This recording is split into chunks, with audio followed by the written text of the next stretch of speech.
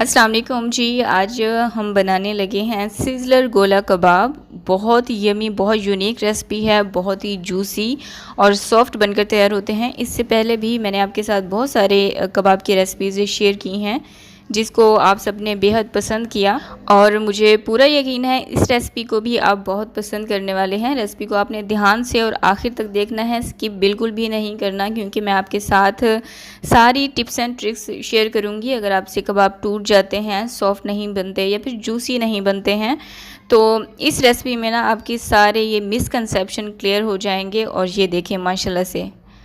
तो चलिए time waste किए बिना रेसिपी को बनाना स्टार्ट करते हैं। पसंद आए तो लाइक ज़रूर कीजिएगा। सब्सक्राइब करें ice and spice YouTube channel को, साथ में घंटी का बटन प्रेस करके ऑल पे क्लिक करें और पाएं डेली अपडेट। तो जी बिस्मिल्लाह करके रेसिपी स्टार्ट करते हैं। यहाँ पर मैंने लिए हैं 4 मीडियम साइज़ के प्याज और इनको आप ग्रेटर की मदद से ग्रेट कर लीजिएगा, या फिर अगर आपके पास चॉपर है तो आप चॉपर में डाल के भी इसको ग्रेट कर सकती हैं। बेसिकली हमें ग्रेट किए हुए प्याज चाहिए और इसमें जितना भी पानी होगा ना उसको आपने स्क्वीज़ कर लेना है। तो यहाँ पर मैंने सारे प्याज ग्रेट कर लिए हैं। अब इसका सारा पानी मैं इस तरह से हाथों की मदद से ना अच्छे से निचोड़ लूँगी। अगर आपके पास मलमल का कपड़ा है ना तो आप उसमें डाल के भी इसका पानी निचोड़ सकती हैं। अच्छा, इस पानी को ना अपने वेस्ट नहीं करना। अगर आपके बालों का इशू है कोई, तो आप इस पानी को अपने सर पे भी अप्लाई कर सकती हैं। प्याज का पानी हमारे बालों के लिए बहुत ही ज़्यादा मुफीद है। अगर आप टोटके आजमाती रहती हैं तो आपको पता ही होगा।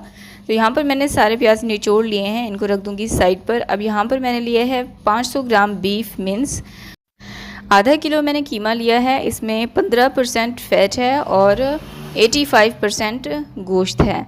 अब इसको मैं चॉपर में डाल के इसको चॉप कर लूँगी। अच्छा, आपके पास अगर गोश्त रखा हुआ है ना तो आप उसका भी इस्तेमाल कर सकती हैं। बोटियाँ आपने क्या करना है, बोटी को छोटा छोटा करके फिर आप चॉपर में डालिएगा, इससे चॉपर पे बर्डन नहीं आएगा। अब इसको 3 से 4 मिनट लगा के मैं अच्छे से चॉप कर लूँगी। और ये इसलिए करना है क्योंकि हमें गोला कबाब बनाने हैं और ये वाला प्रोसेस करने से आपके कबाब कभी भी टूटेंगे नहीं और बहुत लाजवाब जूसी बनकर तैयार होते हैं। तो ये देखें 3 से 4 मिनट मैंने अच्छे से चॉपर को चलाया है और 3 से 4 मिनट के बाद आप कीमे की शक्ल देख सकती हैं, बिल्कुल बारीक बारीक सा हो चुका है। अब इस पॉइंट पर मैं इसमें डालूंगी आधी गिट्टी हरा धनिया। फ्रेश हरा धनिया मैंने इस्तेमाल किया है और फ्राई किए हुए प्याज 3 से 4 खाने के चम्मच ये गोला कबाब में डाले जाते हैं। इससे जायका इन्हेंस हो जाता है बहुत ज़्यादा। और जो प्याज हमने ग्रेट करके रखे हुए थे वो इसमें डाल देंगे। और यहाँ पर मैंने हरी मिर्चों का इस्तेमाल किया है। अच्छा, ये तेज़ वाली हरी मिर्चें हैं, जो कि 9 से 10 अदद हरी मिर्चें होंगी। लहसुन और अदरक का पेस्ट इसमें मैंने डाला है 1.5 टेबल स्पून। अब इसको मैं दूसरी दफ़ा मज़ीद 5 से 6 मिनट तक के लिए चॉपर को अच्छे से चलाऊँगी। दूसरी बार भी आपने 5 से 6 मिनट लगा के इसको बहुत अच्छे से चॉप करना है। इससे ये होगा कि जितने भी हमने हरी मिर्चें और हरा धनिया, हरा लहसुन अदरक वगैरह डाला है ना, वो सारा कीमे के साथ वेल कंबाइन हो जाएगा। तो ये देखें कीमे की अभी आप शक्ल देख सकते हैं। अब इसमें हम डालेंगे कुछ मसाले, बहुत बेसिक से मसाले हैं। कुटा हुआ धनिया 1 खाने का चम्मच, नमक आधा चाय का चम्मच या फिर आप अपने जायके के मुताबिक भी डाल सकती हैं, लाल मिर्चों का पाउडर 1 चाय का चम्मच और कुटी हुई लाल मिर्चें 1 खाने का चम्मच, भुना कुटा ज़ीरा आधा चाय का चम्मच, गरम मसाला पाउडर आधा चाय का चम्मच, बेकिंग सोडा आधा चाय का चम्मच। ये इसमें लाजमी डालिएगा, कीमे को गलाने में बहुत ज़्यादा आपके काम आएगा। और लेमन जूस मैंने इसमें डाला है 1 खाने का चम्मच और 2 खाने के चम्मच इसमें डालेंगे थिक दही। थिक दही अगर आपके पास ना हो तो आप किसी छन्नी में दही को डालकर रख दीजिएगा। उसका जितना भी पानी होगा वो निचड़ जाएगा और आपके पास एक गाढ़ा दही आ जाएगा। आपने वही इस्तेमाल करना है। दही में पानी बिल्कुल भी नहीं होना चाहिए। 2 इसमें डाले हैं ब्रेड की स्लाइस। और अब इन तमाम को अच्छे से आपने मिक्स कर लेना है। इतना अच्छे से आपने इनको मिक्स करना है 3 से 4 मिनट लगा के कि मसाले और जो ब्रेड हमने इसमें डाला है वो बहुत अच्छे से मिक्स हो जाए। अब आप देख सकते हैं मसाला कीमे के अंदर कितने अच्छे से मिक्स हो चुका है। और ये देखें कीमा का जो लुक होगा ना वो बिल्कुल क्रीमी सा टेक्सचर होगा। और यही रीज़न है आपके कबाब बहुत जूसी भी बनकर तैयार होंगे, बहुत सॉफ्ट भी बनेंगे और खाने में बेहद जायकेदार और लाजवाब बनकर तैयार होंगे। तो रेसिपी को आपने एज इट फॉलो करना है। अब इस कीमे को एक बर्तन में निकाल लेंगे। अब मैं इसमें डालूंगी घी, 1 खाने का चम्मच। आप घी की जगह पर मेल्टेड मक्खन का भी इस्तेमाल कर सकती हैं और आप देसी घी का भी इस्तेमाल कर सकती हैं। अब हाथों की मदद से आपने इसको बहुत अच्छे से मिक्स कर लेना है। तो यहाँ पर अच्छे से गूंद कर मैंने कीमे को बहुत अच्छे से मिक्स कर लिया है। अब इसको मैं दूंगी कोयले की स्मोक आप लाजमी दीजिएगा, इससे कबाब का ना फ्लेवर बहुत इन्हेंस हो जाता है और रेस्टोरेंट में भी इसी तरह से बनाए जाते हैं।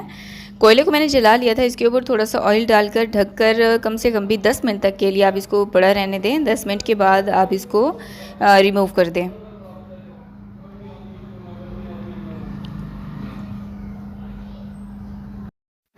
जब कोयला रिमूव कर दें तो उसके बाद आप इसको थोड़ा सा मज़ीद मिक्स कर लें और अब मैं इसको ढककर कम से कम भी 5-1 मिनट के लिए मैरिनेशन के लिए रख दूंगी। अगर आपके पास टाइम नहीं है तो फिर भी आप इसे 1 से 1.5 घंटे के लिए लाजमी मैरिनेट कीजिएगा। इससे जितने भी मसाले होंगे ना वो कीमे के अंदर बहुत अच्छे से मिक्स हो जाएंगे और आपको पता ही होगा कि जब हम किसी भी चीज़ को मैरिनेट करते हैं तो उसका जायका कितना दोबाला हो जाता है। तो 5 से 6 घंटे के लिए मैंने इसको मैरिनेशन के लिए रख दिया था। फ्रिज पे मैंने इसको रखा था क्योंकि गर्मी बहुत ज़्यादा है, तो इसलिए आप इसको किचन में या फिर बाहर मत रखिएगा। अब गोला कबाब बनाने के लिए मेरे पास ये लकड़ी के स्टिक रखे हुए थे नूडल्स के, जो जिससे नूडल्स खाए जाते हैं ना, वो मैं उसका इस्तेमाल कर रही हूँ। अगर आपके पास सीखें रखी हुई हैं तो आप उनका भी इस्तेमाल कर सकती हैं। लेकिन रिसेंटली मैंने एक कबाब की रेसिपी आपके साथ शेयर की थी, उसमें मैंने आपको लकड़ी की सीखें बनाना भी सिखाई हैं। तो अगर आप देखना चाहें तो वो रेसिपी मैं आपको डिस्क्रिप्शन बॉक्स में उसका लिंक दे दूँगी, आप देख सकती हैं अगर आपके पास इन केस सीखें नहीं हैं या फिर लकड़ी की इस तरह स्टिक भी नहीं है। तो 2 खाने के चम्मच जितना आपने कीमा लेना है, अच्छे से उसको प्रेस करते हुए आपने बाउल सा बना लेना है और फिर आपने उसको गोला कबाब की शेप दे देनी है। कीमे को आपने बहुत अच्छे से प्रेस करना है, तभी आपका कबाब जो है वो टूटेगा नहीं। और आप चाहें तो इन गोला कबाब को 1 महीने के लिए फ्रीज़ भी कर सकती हैं। जैसे ही आप सारे कबाब बनाकर तैयार करें तो आप इसको 1 घंटे के लिए फ्रीज़र में रख दें और उसके बाद किसी एयर टाइट कंटेनर में डालकर या फिर जिप लॉक बैग में डाल के आप इसको 1 महीने के लिए फ्रीज़ भी कर सकती हैं। अच्छा, इन कबाब को शैलो फ्राई आपने करना है, डीप फ्राई नहीं करना। थोड़ा सा ऑयल लेना है। ऑयल बहुत ज़्यादा गर्म आपका नहीं होना चाहिए, मीडियम हॉट ऑयल होना चाहिए या फिर स्टार्टिंग पॉइंट होना चाहिए। तो आपने इन कबाब को ऑयल में डाल देना है और इसको बिल्कुल लो आंच पर 10 से 12 मिनट लगा के हल्की आंच पे आपने इनको पकाना है।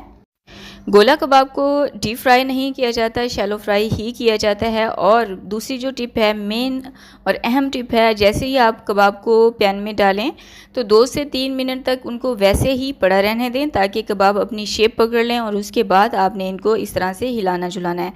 ठीक है, तो यहाँ पर 6 से 7 मिनट हो चुके थे और उसके बाद ही मैं इनको हिला रही थी। हर साइड से आपने इनको इक्वली पका लेना है, लाइट गोल्डन कलर आने दीजिएगा।